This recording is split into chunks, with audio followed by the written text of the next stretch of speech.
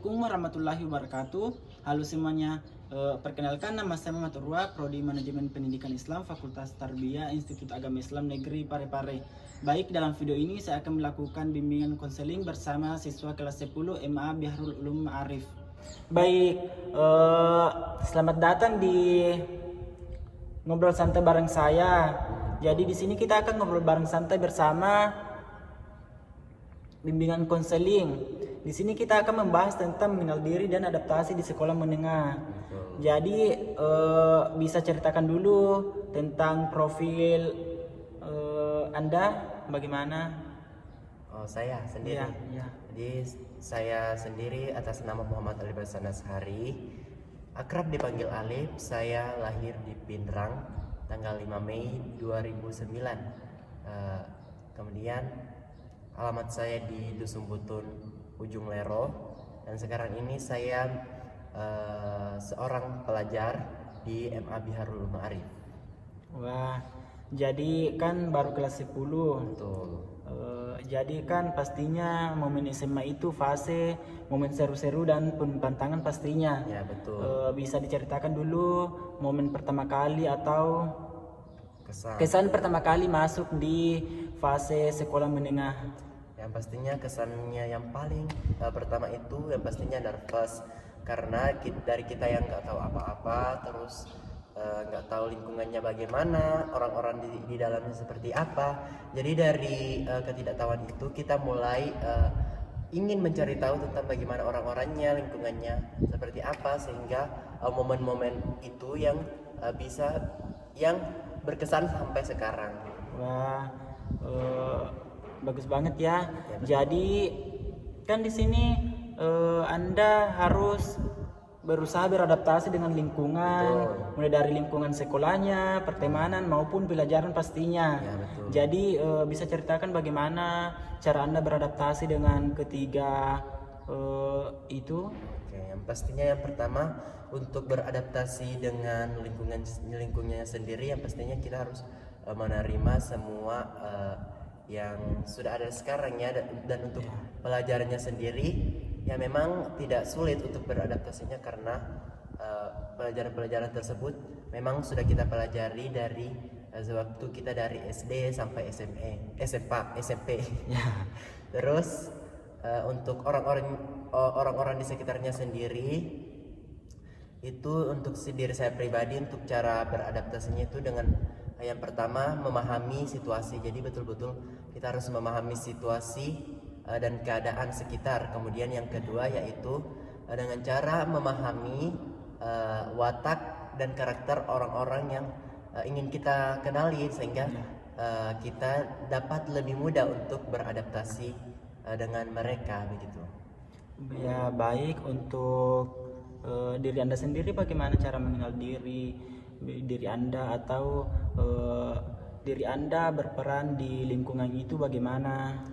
Untuk diri saya sendiri ya pastinya kita harus kenal diri sendiri ya, karena ketika kita tidak mengenal diri sendiri, kita tidak akan punya goal, tidak punya cita-cita kedepannya seperti apa, sehingga kita hidup tanpa tujuan. Jadi untuk diri saya sendiri, saya sudah memahami tentang bagaimana watak saya sendiri, terus cara menghilangkan stres saya seperti apa, hobi saya dan passion saya di mana gitu.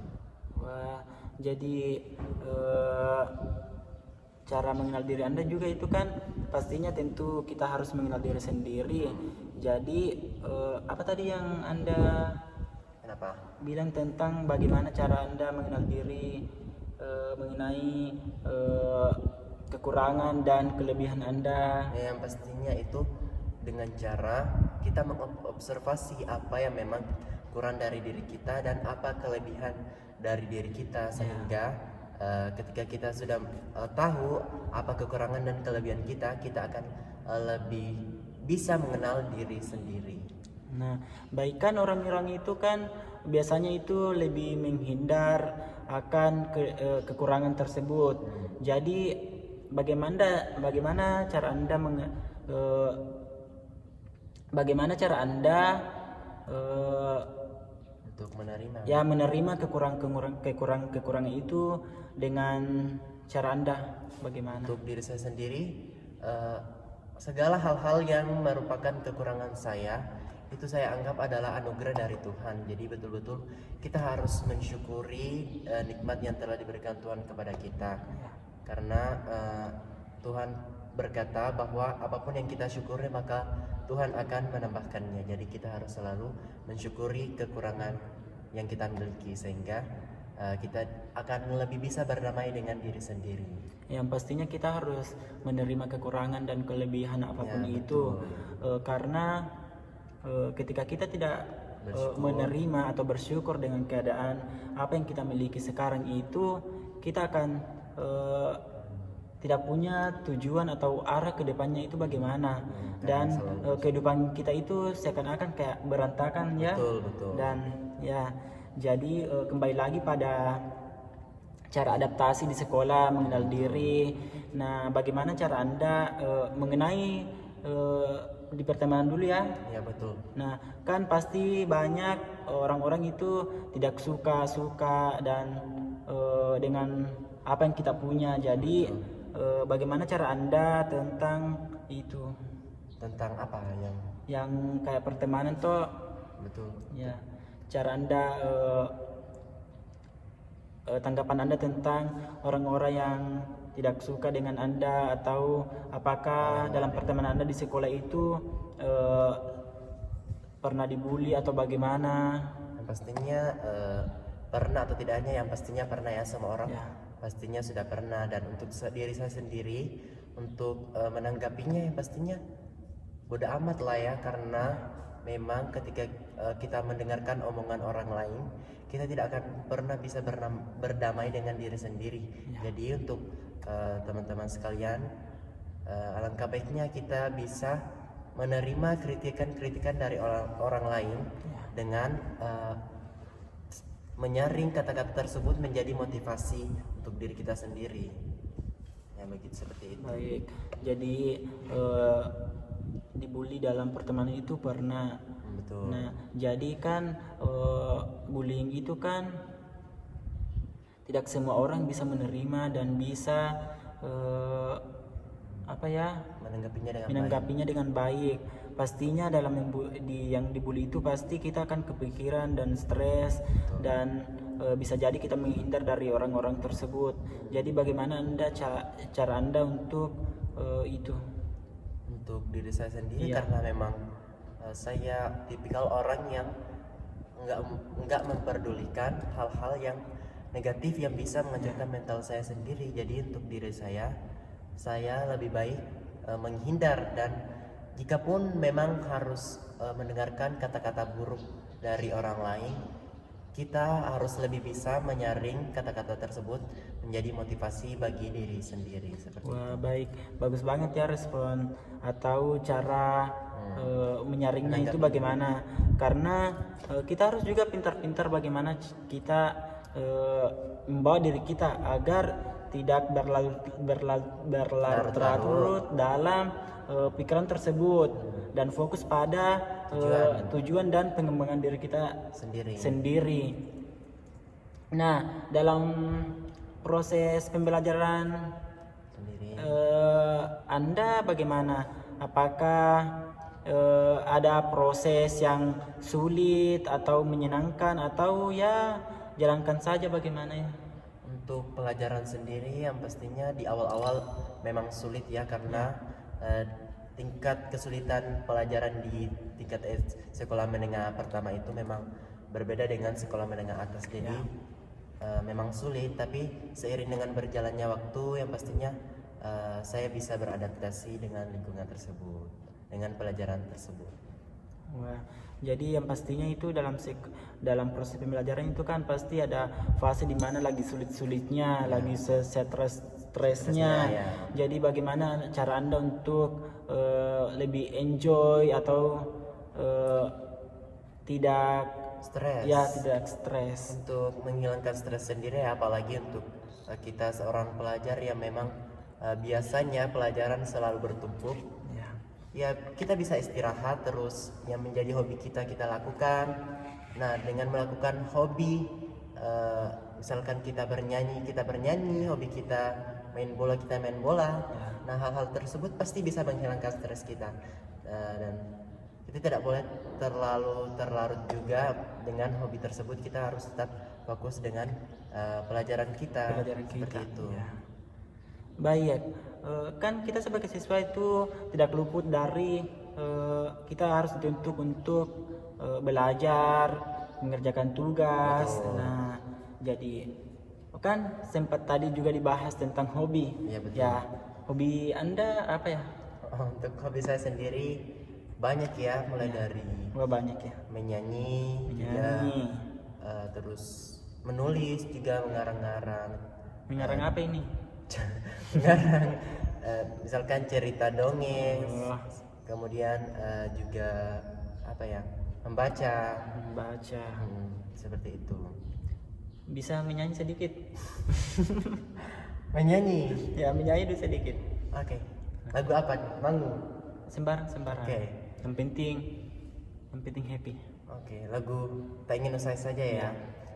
Berharap suatu saat nanti kau dan aku kan bertemu lagi, seperti yang kau ucapkan sebelum kau tinggalkan aku. Wah, suaranya ngerti juga ya. Ya. Bagus. Saran saya untuk itu cita-cita atau hobi kamu itu harus dikembangkan lagi Ya. agar nantinya itu bisa menjadi bahan untuk kamu di masa depan yang akan mendatang. Betul sekali. Nah, jadi cita-citamu apa? Untuk cita-cita saya sendiri juga banyak ya, karena memang saya Cita-cita itu harus Iya. tinggi dan harus Iya, harus banyak planning ke depannya. planning ke depannya, karena kita nggak tahu apakah Ya. yang satunya gagal. Jadi jika satunya gagal, kita bisa ke yang satunya lagi. Jadi Ya. kita memang harus mempersiapkan planning yang banyak tentang cita-cita kita. Dan untuk cita-cita saya sendiri, sebetulnya saya ingin menjadi seorang, apa namanya itu ya, pokoknya tentang bahasa Indonesia apa itu, Apa? sastrawan. Oh, iya. oke.